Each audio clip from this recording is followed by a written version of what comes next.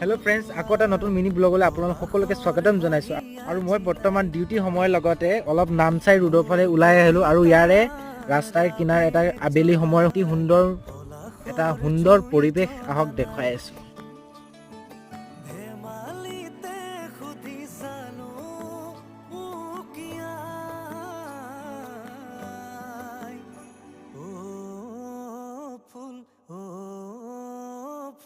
নুফুলানো কিয় ফাগুনৰে যে অভিমান মই নুফুলিম কিয়